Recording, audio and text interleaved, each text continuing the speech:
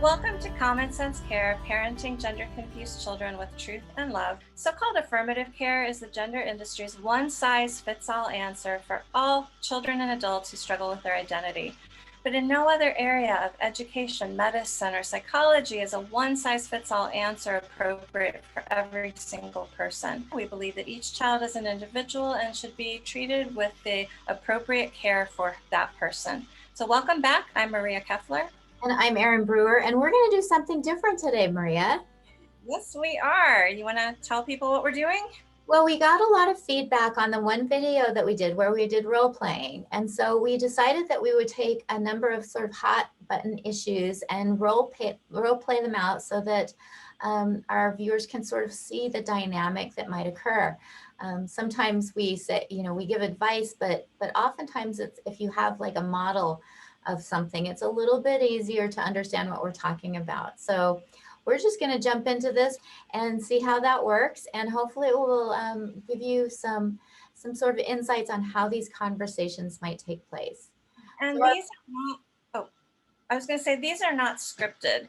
We didn't write out scripts for these. We've got a few topics of, here's a situation, and the way that we role play it is probably not exactly the way it's going to go for you. And some of these, there could be a number of different ways it goes.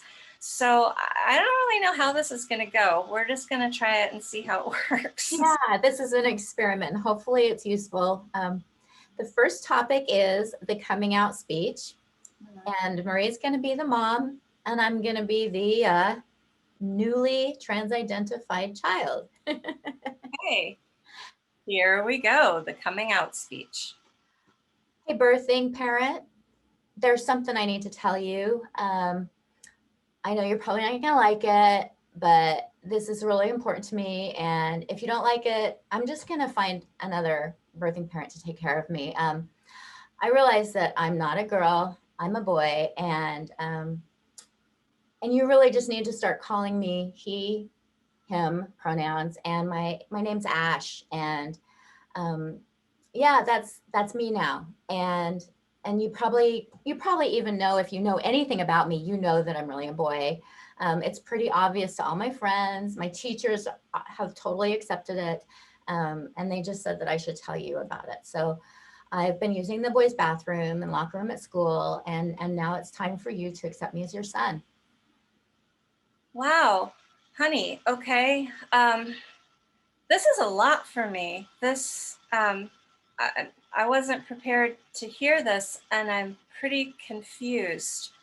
Okay, what I'm hearing is that you don't believe you're a girl. You believe you're really a boy. A boy. I am a boy. Okay.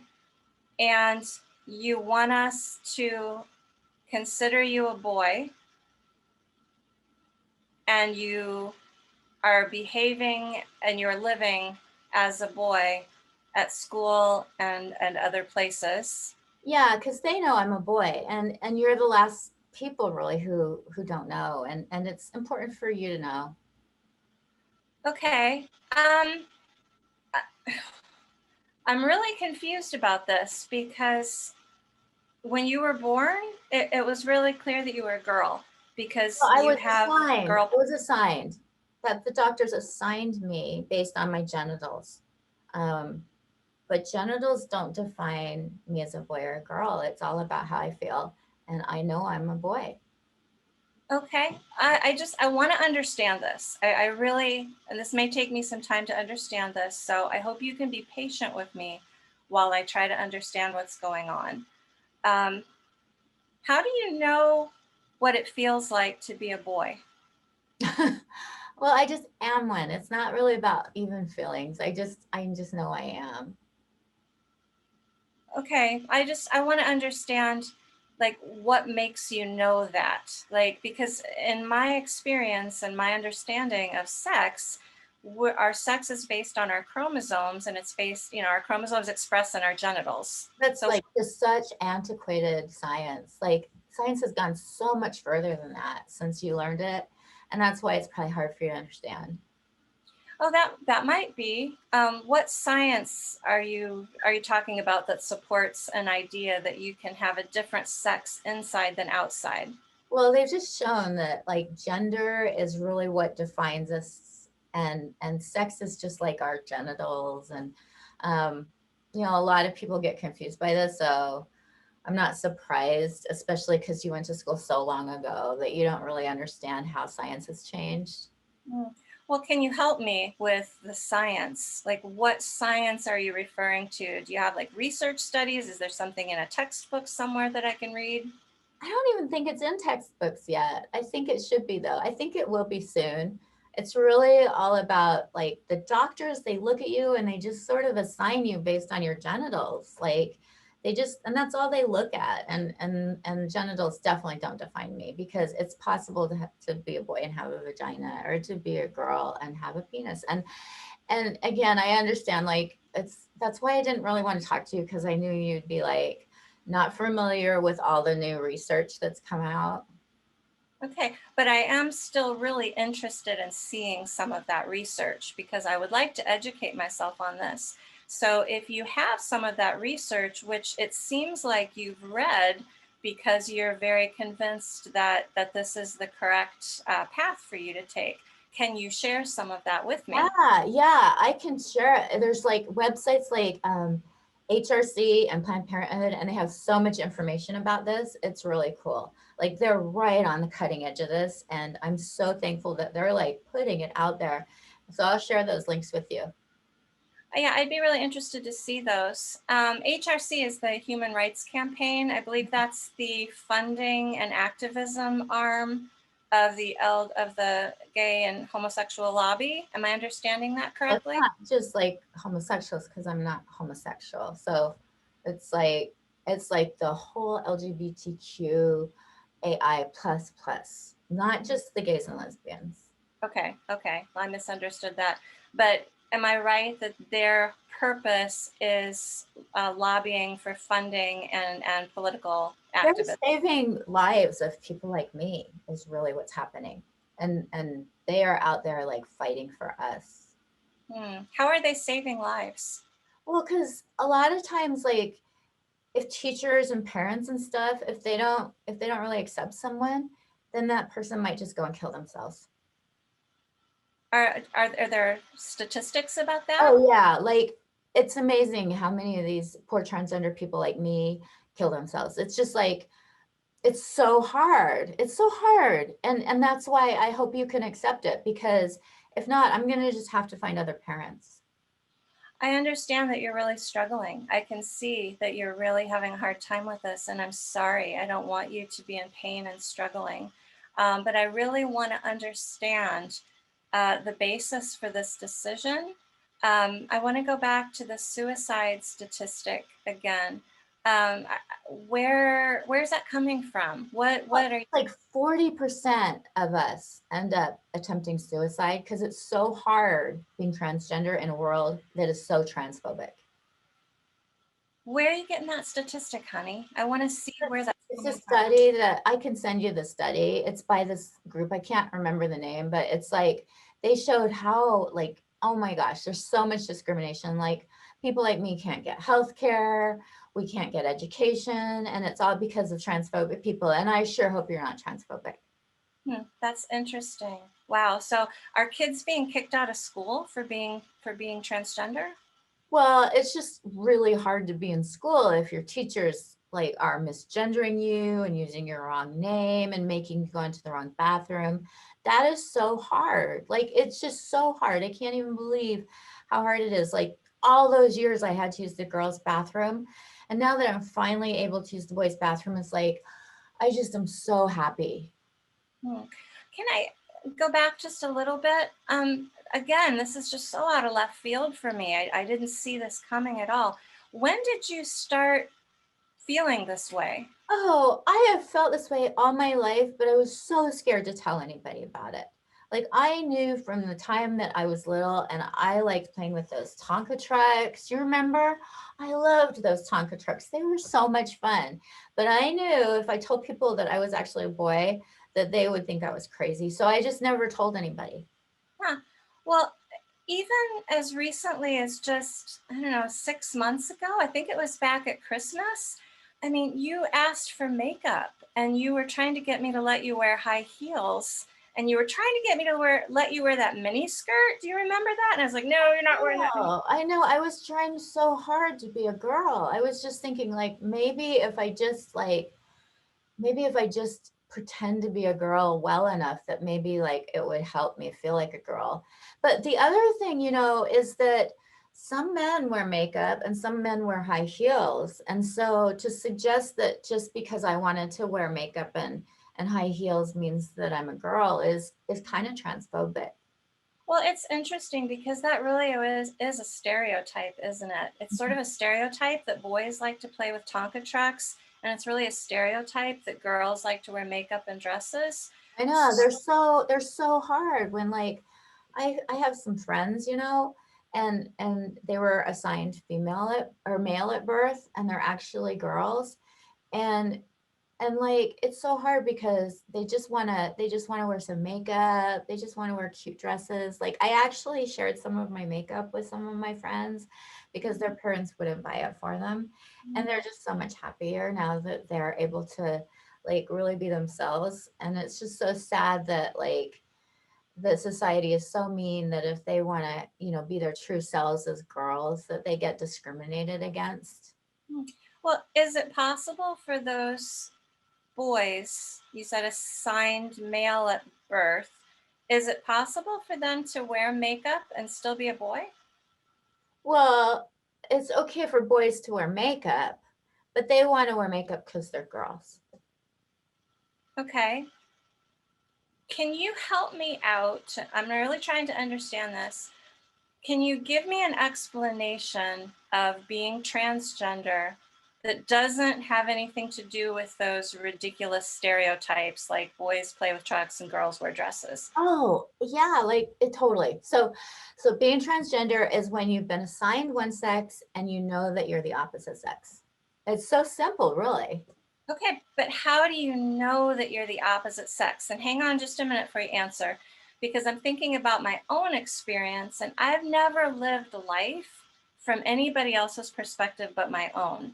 I've only lived it as Maria. I've never lived it as Erin, even. I don't know what it's like to live life from your experience. Ash, can you please not misgender me? Okay. I've never lived it as you. I've never lived it as, your dad. I've never experienced life from any perspective but my own. So, how would I know what it feels like to be you? Or how would I know what it feels like to be a man like your dad? How can you know what it feels like to be somebody other than you? Well, you don't have to because like you obviously are happy being a woman, and so it's not a big deal because that means you're cisgender. And so it's just that you're like comfortable being a woman. So you are a woman, right? Like so you don't have any question. If you were questioning it, then you would understand. But because you've never questioned whether or not you're a woman, then you're a woman. Like, and so for me, like the whole time I was like, well, am I really a girl? I just don't feel like a girl. And it's those feelings of just like knowing inside that there's something wrong and that I'm in the wrong body. Well, okay. What does it mean to feel like a girl, though? Well, What does that mean? well, clearly you're comfortable, right? You're cisgender. You're so comfortable just being you. You don't feel like you need to be something else. Yeah. And so that's the difference is it's all about these feelings of just distress and like I am so uncomfortable in this body. And like I'm hoping you and dad will be okay with it, but I really want to start on some testosterone soon because I will so much better if like I can just stop being, start looking more like myself. Like in my feelings are going to be so much more comfortable if I start looking more like a boy. Hmm. Well, there's two things I want to talk about there. The medicalization issue is something your dad and I are going to have to talk about. I'm gonna do it. Like if you don't support me, I'm gonna find a way to do it. So you might as well just go with it because I'll figure out a way to get it. Huh. Well, that makes me really sad that you are willing to go do something your dad and I are not comfortable with, because your dad and I love you very much. Do you know that we love you? Well, You know, it's really hard when you're sounding really transphobic here. And so I think if you really loved me, then you wouldn't be so transphobic. What do you mean by transphobic? How do you think I'm behaving as a transphobic person? Well, you're like kind of questioning this, like sort of like, well, I have to talk to dad to see if it's okay for me to like be my authentic self. Like it's not really up to you and dad if I'm my authentic self. Well, what if your sister came to me and said, I've decided that I'm not going to eat anymore. I'm too fat and I'm going to stop eating. I'm going to eat, like once a week, one meal, and that's it. And I expect you to support me on that. What do you think? What do you think about that? I don't know really that she would ever do that. Like, But if you did, because there are people who suffer eating disorders, there are people who look in the mirror and see themselves as fat, even though they're not. And your sister's quite thin. yeah, So, what if she came to me and she said, Mom, I'm really a fat person and I need to lose this weight. I'd And be I so worried about her. But it's so different because she's not fat, but I am a boy. That's the difference. Is like, you know, she's clearly not fat. She's skinny, but I know that I'm a boy. Well, when I look at you, I see a girl. Well, that's just because I haven't started T yet. Like once I start T, then you'll be like, oh, right, there's my son. I hope that you'll be that accepting of me, that you'll be Well, able to really like, it's almost like, I kind of think of it as like marble and like I've been chiseled away by marble to look, you know, like present more female, but the testosterone is going to like reveal the true me, the authentic self that I know that I am. And then you'll be able to look at me and you'll know that I'm a boy. what do you know about testosterone? What all does it do to you? Well, it's going to lower my voice and it's going to like, I'm going to be able to grow a beard and mustache, which I'm super excited about. And I'm going to get more muscular. So I'm going to be super buff and it's going to be really cool. Does it have any negative side effects? Well, I don't really think so. Like, I think, are there any negative side effects of being a man? I mean, like sometimes there are things that are hard about being a man, but that's not really a negative side effect. It's like just really being me. So I'll have the same maybe problems that men have. That's appropriate because I am one. Well, when I think about medications, I don't know of any medications, even like just aspirin or ibuprofen. I don't know of any that don't have some sort of side effects, negative side effects. And I'm not talking about negative effects of being a man. I'm talking about negative effects from medicine. So when you buy aspirin, it comes with a whole insert of contraindications and side effects, and there's all these things that can happen, and you can only, take this much. Well, right. But see, in this case, my body really should have been producing the testosterone. So it's not like a medicine, it's more like making my body the way it was supposed to be. So it's sort of like if somebody hadn't been taking vitamins for a long time and they were like really malnourished because they hadn't had the right vitamins and they started taking the vitamins, that's what their body needed. And so it's not like there's going to be side effects because really my body should have been producing testosterone. It's just that for some reason it didn't. Well, your body hasn't been producing testosterone because it's been producing estrogen, I right? know, and I hate it. I hate it so much. Like I'm so excited to get that out of me. Like and just to start being a boy and just to like everybody will just be like, yeah, yeah, she's a boy. They won't even question it because I'll obviously be one. What if you change your mind at some point? I'm not going to change my mind. That would be silly.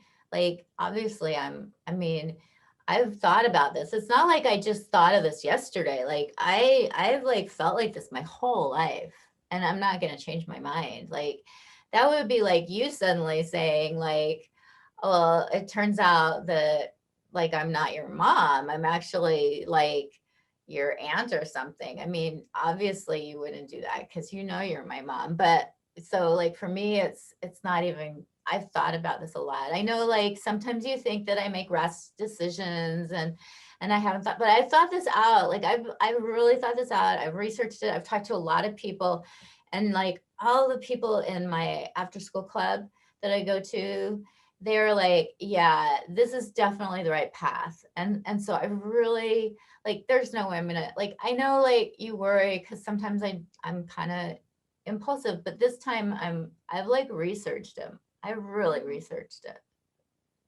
All the people who are affirming this for you, how long have you known them? These people in your Oh, club? they're so cool. Like I started going maybe, I think it was last semester, and like all of a sudden I felt so welcome and so accepted. And I can't even tell you, like I've just been living a lie my whole life, and now I can finally be my true self. And it's just so freeing.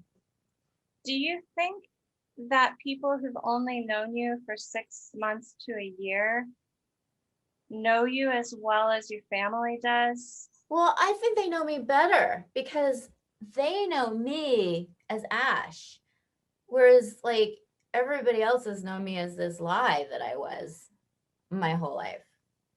Well, going back to the question of people, if anybody ever changes their mind, do you know of anybody who's changed their mind about transitioning sexes?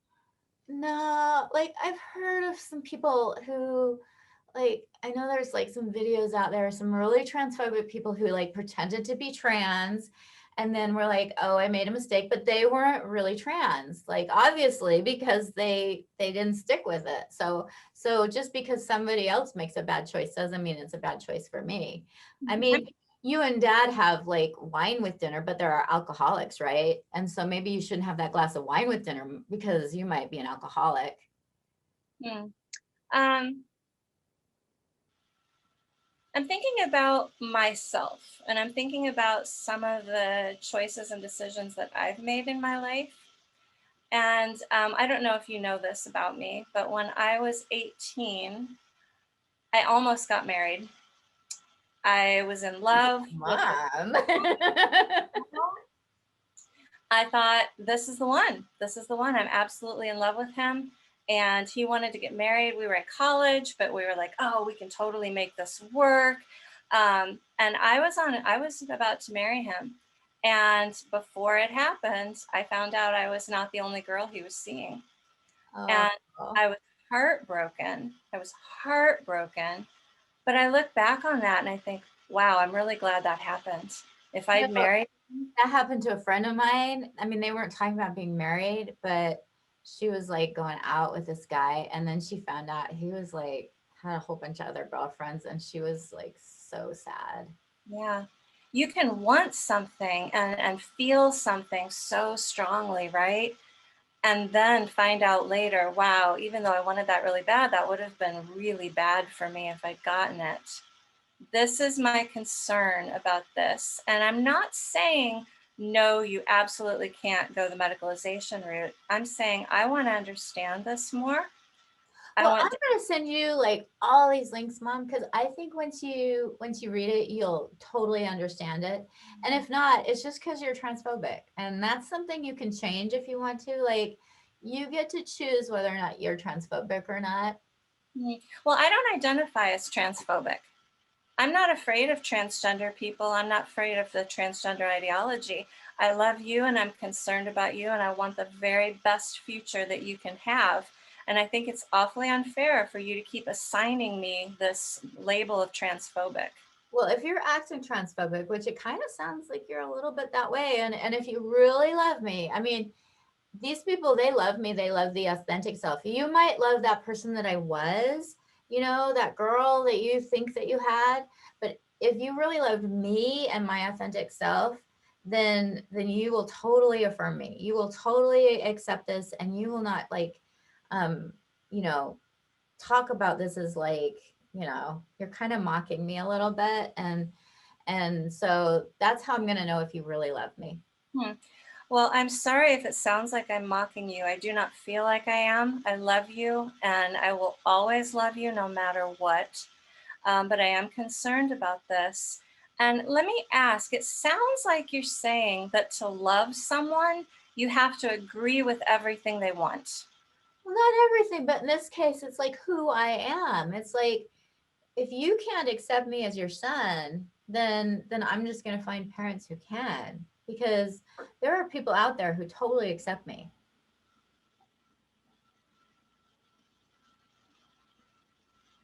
Where are you going to find those parents? Well, they're like all over the internet, and some of the people in my club, like they have these families that they actually have just gone to live with because their parents were so transphobic they were out of there. And so there's places I can go. Hmm. It makes me really sad that you'd be willing to throw away your dad and me and throw away your home and your family over a disagreement or over even just a concern. It seems like you're being really flippant about wanting to throw away your family, and that concerns me. Well, it's sort of like you're just throwing me away if you don't accept me. So why is it okay I for you to throw me away, but then you're like, oh well, you're being flippant if you throw us away? in what sense do you see us throwing you away? Well, How has anything that this I whole said been a conversation is rejection? like you're trying to like if you really love me, you'd be like, oh Ash, I have a son, and like maybe you'd get me a cake and we could have like a celebration. And instead you're like, well, I'm gonna have to talk to dad about this, and I don't know about this, and you got to show me the research. Like it just doesn't seem like you love me at all. I think you don't appreciate that the way this feels to me is that Ash is trying to kill my daughter. This person, Ash, wants to kill the daughter that I've known for 15 years and loved for 15 years. And this is really hard for me to hear. Well, I guess that's why they call it a dead name. I've heard that term before. A dead name is a name that belongs to someone who is dead. Is that right? Mm-hmm. Mm-hmm. So that tells me you're trying to kill Erin. Are Mm-hmm. you trying to kill Erin? Well, it's like she never really was there. So yeah, I guess in a way, I'm like, it's sort of like, the caterpillar kind of is plogging along, and then they go into their cocoon or their chrysalis, and then they come out. And so it's not like the caterpillar was not really part of what the butterfly is. The caterpillar just was sort of what they had to be before they could really come out as a beautiful butterfly. That sounds a lot to me like the process of puberty. That sounds a lot like a child going through puberty, which is a huge time of change. I know, Physically, I hate it. I can't even tell you how much I hate it. Like, I'm growing like these breasts and they're driving me crazy, and the boys are looking at them, and I hate it, Mom. I hate it so much. I know. I remember that myself. I developed my chest really early, earlier than a lot of other girls did. And I remember how uncomfortable it was. I hate it. And I've been like using an ace bandage to try and keep them flat just so people won't even notice them, because I'm like, I just want these off. I want them cut off. I hate them. I understand, and I'm so sorry that it feels that way. I'm so sorry that it feels that way. I So want, I feel like I am the caterpillar who went in, and like instead of coming out a butterfly, I came out like a toad or like a grub or like a spider or like some kind of like disgusting troll. Like I am just like, I am not coming out a butterfly, and I am going to be a butterfly, and that's what the testosterone is going to do.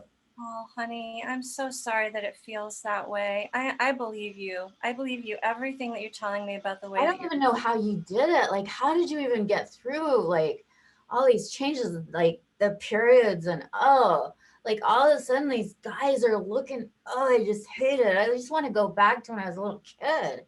yeah, I understand. I want to tell you, and I want you to believe me, as hard as it is to believe, these feelings are temporary. They really are. The discomfort is so temporary, and it's part of puberty, and it's normal, and everybody feels it to some degree. And wanting to escape it is so normal. Wanting to do anything to stop it is so normal. But I don't think it means that you're not Erin. I don't think it means that you're not a girl.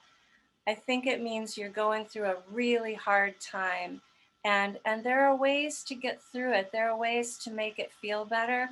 But sometimes in life, stuff just happens, and you just have to kind of suck it up and say, well, I'm just going to be miserable for a while until I get through this. And for a lot of people, Mom, there's testosterone and it's gonna help because it'll stop all this. Like it will just take care of it. Like I just won't even have to worry about it anymore. you'll still have to go through puberty. You'll just go But it through won't it. be, I won't have to end up like becoming a woman. Um, Taking testosterone will change things. It won't necessarily improve things. Oh, it Uh, will if I don't have to have these things anymore. I hate them. Like sometimes I just want to like take a butcher knife and hack them off. I hate them so much. would you rather have a penis? Well, I don't really want a penis. Like I don't really think I need to have a penis. I just want to like have I just want to like just have the body of a guy, like have some muscle, like be buff, like not my breasts. I want like when I'm walking down the street, people are going to be like, "Oh, there's a guy." Hmm. Women get breasts, men have a penis and testicles. We all have something dangling off of us. Yes.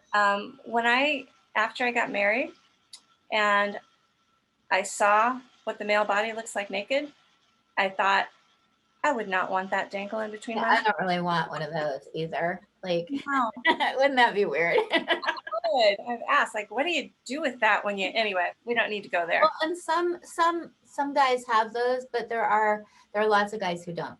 And so it's okay to be a guy and not have that. So it sounds like you just want to get rid of all gender. You don't want to have any sex characteristics. Is that right? Well, I've thought about it. Like, am I non-binary or am I trans? And I think I'm more trans because I kind of would like to, like I don't want to just be non-binary, they them. Like, I really feel comfortable with he, him, and with Ash, and like having some muscle and being a guy. Like, because non-binary is kind of like I think it's sort of like non-committal, and I'm like committed to this. Hmm. Well, I look forward to seeing some of the research that you have to show me. I'm going to do some research. I hope that you can give your dad and me some time to think about this, and I hope that you'll be open to hearing more questions from us. This is a big thing. Do you consider this a big thing? Yes. Big things need to be deeply considered. And as your dad and I study this and talk about this with you, I hope you'll be open to hearing what we have to say without throwing those slurs at us, calling us transphobic for asking questions. That's really unfair. Um, you've asked us lots of questions over the years about things that we told you, and when you throw something this big at us, we're going to have questions. And it's not transphobic to ask questions. We want what's best for you. We want you to be a happy, healthy adult. We want you to have all the choices, all the doors open to you to make choices later in life. And this one has the potential to close a lot of doors for you. Do you see any of those doors that might close if you pursue this? Yeah, and I'm pretty happy about that. Like there are some doors I'm pretty darn happy about closing. But I'm gonna send you that research. And I think once you read it, you'll be like, you'll totally get it. Like because it just makes so much sense. So I really hope that you'll look at it and really like and then maybe can you just start calling me Ash and use he him pronouns? And then we can just like I think once you get used to doing that and read the research, you'll just totally support me and realize how this is really what I need to do. Well, your dad and I are going to have to talk about that. At this moment, I'm not comfortable calling you a different name or different pronouns because I don't believe that one can have a different sex inside than outside. But I will read what you give me. I will think about it deeply. I will talk to some people. Will you read if I come across things that interest me, will you read those as well? Well, I If usually they're share stuff with me, but if it's like super transphobic, I don't know. Like, I'm not sure because there's a lot of like turfs out there, and like maybe you're one of them. I hope not, Mom. Like that would be really sad. But like I'll look well, at it, and if it's not transphobic, then yeah, I'm thinking I'll read it because I well, love some of the what does stuff you sent me. what does transphobic mean to you? How would you look at something I send you and decide whether it's transphobic or not? Well, if it like denies the true trans, that they're like there's some people who don't even believe it's possible to be born in the wrong body. There's some people who are like, there's no such thing as transgender. And those are like so transphobic. They're just trying to erase transgender people. What if I found a research study that was actually done in a very, it's a good research study, robust research, has a control group, has an experimental Yeah, group. I love science. You know that, Mom. Okay, so even if the conclusions of that study don't necessarily agree with what you want them to, will you still consider them if it's a nice, robust research study? Well, I guess I'll look at it. And if, I mean, it's hard for me to even imagine how it could be a good study and not have the results like pro trans because like it's so obvious that being transgender is real and that like some people just have to transition in order to be their authentic selves. But if it's a good research study, I mean, you know me, I've always loved science. I'm glad to hear it. I'm glad to hear it. And I do too. And I want to find the truth and I want to know what's best. But I want you to know more than anything, I love you. Your dad loves you. That will never change. There may be times, as there have always been, that we have to say, no, we can't agree with something that you want, but that does not mean we don't love you. Do you understand that? Yeah, it's just hard because like everybody at school says like if your parents really love you, then they'll go ahead and they'll like honor you. And like some kids they even get parties like when they come out. Their parents are really excited about it and they're happy about it and they're like happy for them. And like this has kind of been a drag because you're not really excited and you're not really supporting me in this. Um, I want you to consider what you mean by the word support. Again, you said if I loved you, I would agree to this. And I take exception with that because I don't believe love always says yes. Love is about giving the other person what they need, what they most need, looking for their best as opposed to my best. And to me, the word support means to give you what you need to have your best life, to be So when I give you all the research and you read it and you'll be like, okay, this is definitely what's going to be best for Ash, then you'll go ahead and like and follow the recommendations of all the experts. if I read the research and they are robust studies, they are well done. If they convince me, I will always go with what science convinces me of, with what the facts are. Um, if that is the case, then I will agree with it. I am skeptical that that is what will happen, but I am open to that happening.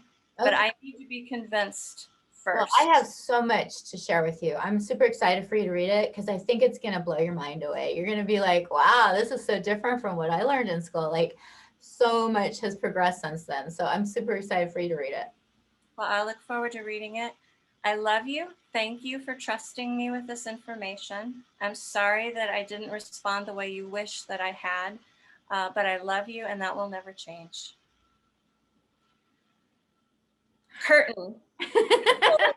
Oh, that went a lot longer than I thought it would. Oh, well, and like I thought it would be like 2 minutes, like 2 minutes, 2 minutes. Let's talk about how that went a little bit. Oh my gosh. Do you think it was, I mean, and It seemed pretty real. It seemed, my gosh, you were like, no, mom, this is. I was like, I'm really talking to a 15-year-old here. I know I felt really bad because I'm like, crap, I might be like, but you did so well. Like I thought you were like so good. Oh, there are times that I was like, what do I say? What do I say here? What do I say here? And that's okay. Parents, that's normal. You are going to have those Well, I moments. wonder if we should do a debrief instead of doing more role playing, if we should do a debrief where we talk about it and say, like, you know, how did you feel, Maria? And how this might be more intense or less intense than I what you actually know. thought that's what we're doing right now. I think we should Oh, just we're still recording. yeah, I think that's the right way to go with this is debrief what we just did because that was long. Yeah. And it was intense. I mean, I really, you know, it's funny because as I was doing it, I was able to sort of tap into those feelings that I had as a kid. Yeah. And it felt very real to me. I mean, I was remembering how it felt to be so dysphoric and Yeah. to have so much hatred for myself. It really, so I'm glad that we had you playing the mom and me playing the daughter, because I think that I was able to really remember what it was like, and that anger that I had for people who weren't affirming me, who were like, well, you're actually a girl. And so I was wondering if you felt like that was more intense or less intense than what would actually happen. When I talk to parents who've been through it, it sounds like a very, very intense experience. I have talked to kids, you know, who are trans identified, and a lot of the things you said are the things that I've heard. I felt like that was very realistic, and I really felt a burden as we were doing that to get this right. You know, what does the mom need to say? How does the mom need to handle this? And I don't know if I got that all right. Um, but I felt like, okay, the first most important thing is to keep telling the child, I love you. I do love you. Even if I don't agree with you, I love you and I'll always love you. I feel like that's the most important thing the child needs to hear. But then to start asking questions like, well, what is transphobic? What is love? What is support? You know, what is gender identity? And really requiring the child, because even while we were going through that, you were starting to talk in some circles, and we didn't really, I didn't stop and kind of address those places that you were sort of contradicting yourself or like circular reasoning, that it was definitely there. And I think that that's what's important for parents to remember too, is that if you start catching your child and being like, well, aha, wait a minute, this makes no sense, this is silly. In these kinds of conversations, that could just turn the child off and have them like walk out of the room. And so I think it's good that you didn't like say, well, you said this, but now you're saying this. That makes no sense. Because I think that, especially in these initial conversations, they can be so volatile that really just empathizing, sharing experiences, and again, just sharing that love is really powerful. And I found myself, you know, kind of being sucked into what you were saying, but then that you know, the ideology is that if you're not affirming, you're transphobic, and that's what these kids have been told. They've probably seen it acted out. You know, they're seeing this kind of role playing in real life, you know, in their groups, and so that's where I think it's really hard for parents. And the fact that you were able to continually just de-escalate was really important. And the other thing that I think is important is to know when to end the conversation, because we could have gone on for another hour. We could have gone on for 3 more hours. I mean, honestly, um, but when you're in this kind of, you know, conflict, it's so important to be able to end it, and to end it in a way where the other person feels honored, Mm, even yeah, if they don't feel validated. right, right. I think it is important to stress to the child, I believe that everything you're feeling Mhm. is what you're feeling. I believe what you're telling me about your feeling. Because these kids, they are having real uncomfortable feelings. Yeah. And this is something I wanted to get to in the role play, and we kind of got off topic and I forgot to go back to. But when you were talking about how uncomfortable you felt in your body, I kind of wanted to address there are so many reasons you could feel uncomfortable in your body. So many reasons. And the gender industry is telling kids whatever makes you uncomfortable Mhm. tells you that you're trans. Right. And that's where the logic breakdown is. But also going back to what you said about not necessarily jumping on those hypocrisies and conflicts and circular reasoning, you're right. In these initial really high stakes conversations, that's probably not the right place to do it. But kind of keep that in your pocket. And some other time when Mhm. things are good between you and your child, maybe you're cooking together and talking about something different or whatever, and things are peaceful, you can bring it up and go, hey, I've been thinking about what we were talking about, and I didn't understand something. And I wondered if you could clarify it for me. You said that gender is fixed and you've known your whole life, that you were transgender. But then you told me about Billy, who realized when he was 18 Mhm. that gender is fluid and he's going back and forth. How does that work? Because that's absolutely a conflict, and the child is going to have a really hard time explaining that. Right, exactly. And the other thing, I like what you did where, saying I don't identify as transphobic. I mean, those kind of comments, if you say them in a sarcastic way, can be very hurtful. But if you say them in a loving and, concerned way, potentially could be powerful, because this whole ideology is supposedly based on feelings. The other thing that I wanted to point out that I think went really well in the role play, and is something that parents, if a child first starts talking about these issues, can use it as an opportunity to try and figure out, what is the underlying feeling here. So rather than even arguing about the trans thing, just to try and what are those underlying issues that are motivating this? Is it because they're being ogled at school? Is it because they're a lesbian and they're being teased? Is it because they've had some kind of sexual trauma? Is it because they're autistic and they're feeling like all the other girls are social and popular and they're completely ostracized?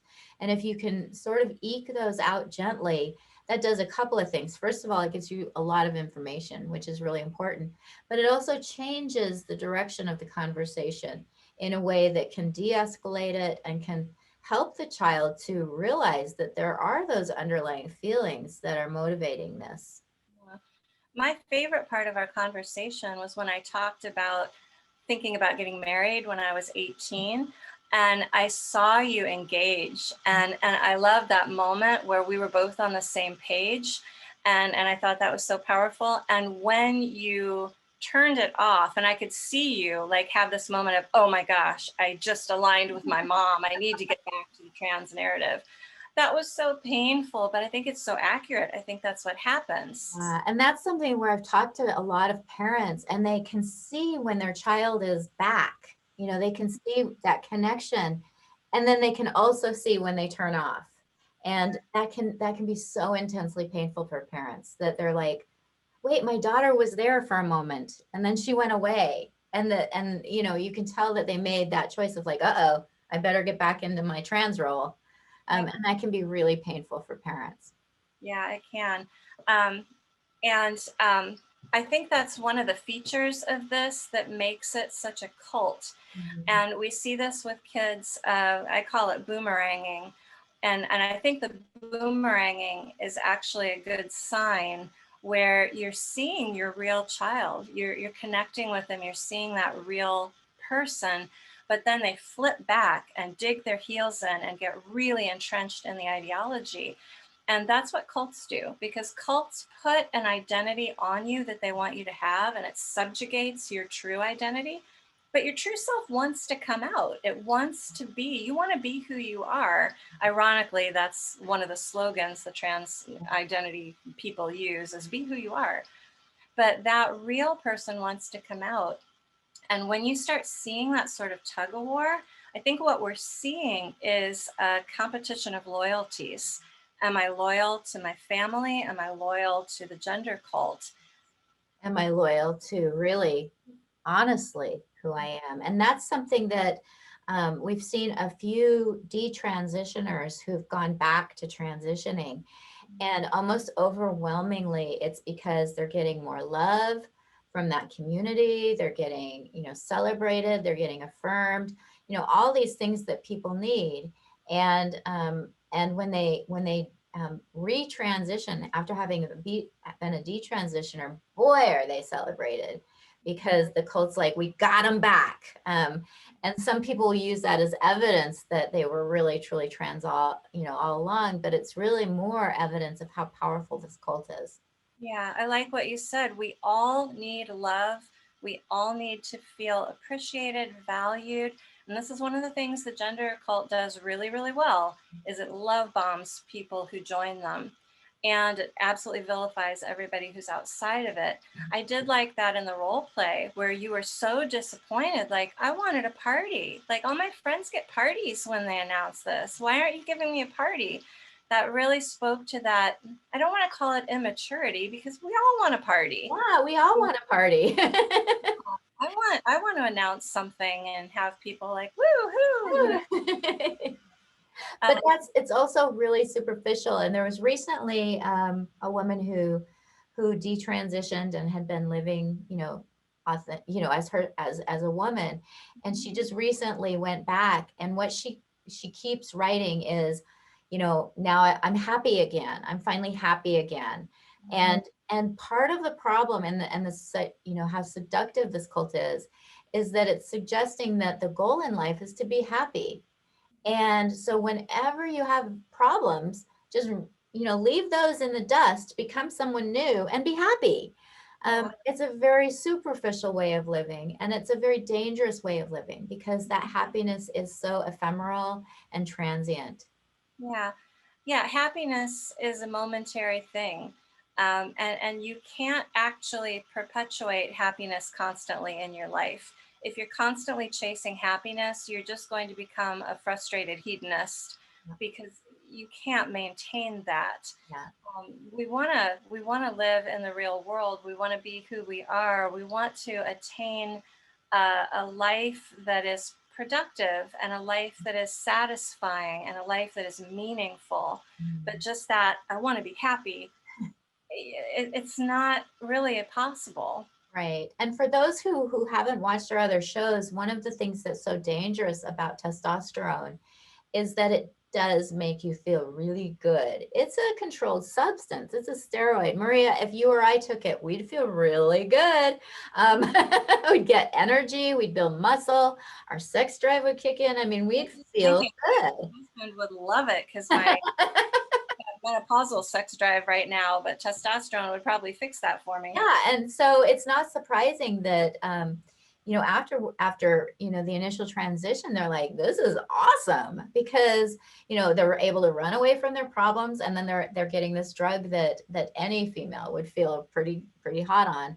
And that's the danger. That's why it's so insidious, is that how can you argue with these girls who are coming out and saying, I started testosterone and I feel great. This is like the best thing that ever happened in my life. Well, if you start taking, some other drugs, maybe if you start giving your teens heroin, they might feel pretty good.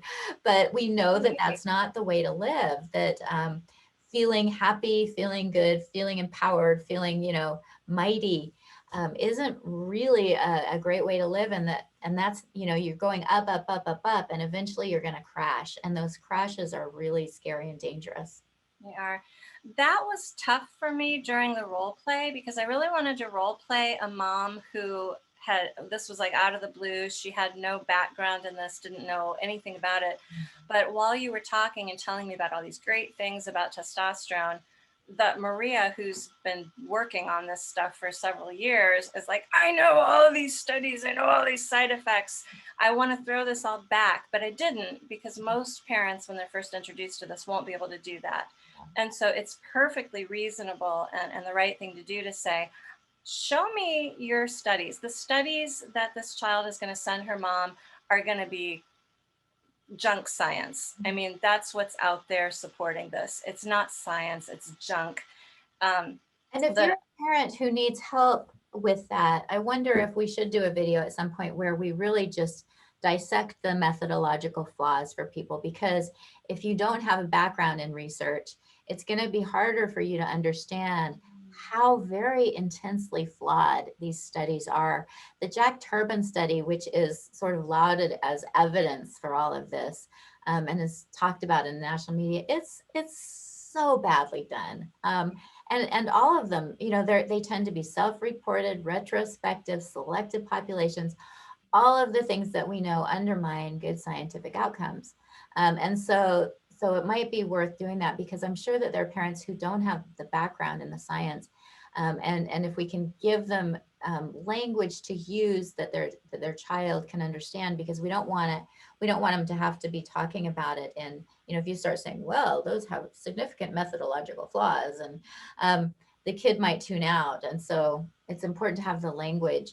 But I have yet to see a study done that supported anything that transgender that wasn't seriously flawed. I mean, that I wouldn't have even been able to get through a committee review for my dissertation. I mean, they would have kicked it out in a second.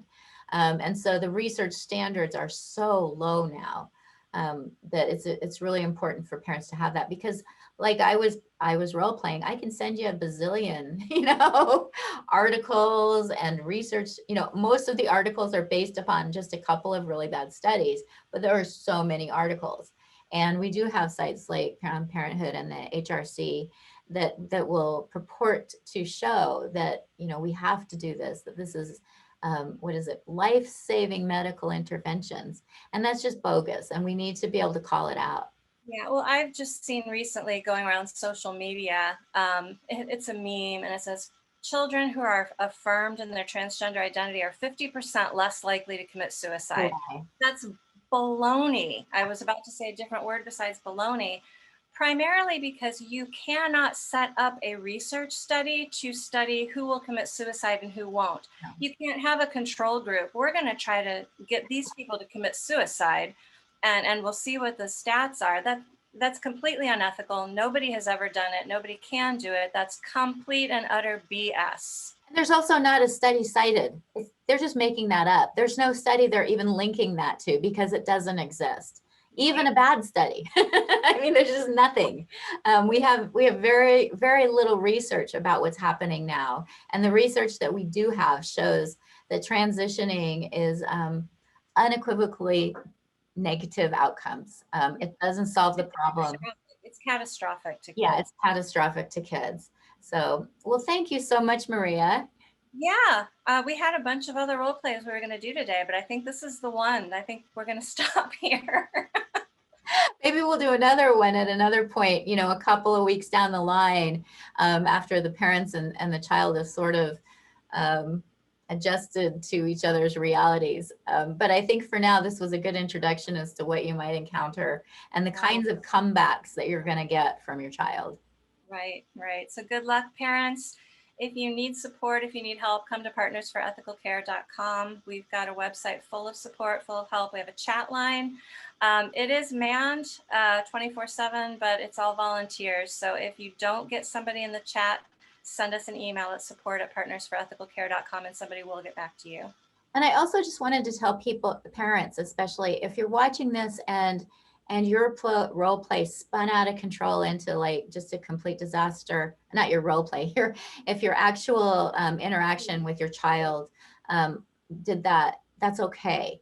And it's Maria has an educational background. She's an expert in this field, and she has practiced this a lot.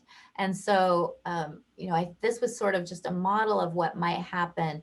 Understanding that it's going to go in all different directions. And if you as a parent just said, well, that's absurd, and that was it, and your child said, well, I'm going to run away, that's okay too. I mean, we're all trying to work through this and figure out how to do this. So parents, don't blame yourself if your responses didn't go over very well. It's not uncommon for a child just to say, well, you're transphobic, and walk out of the room. I mean, that's pretty typical.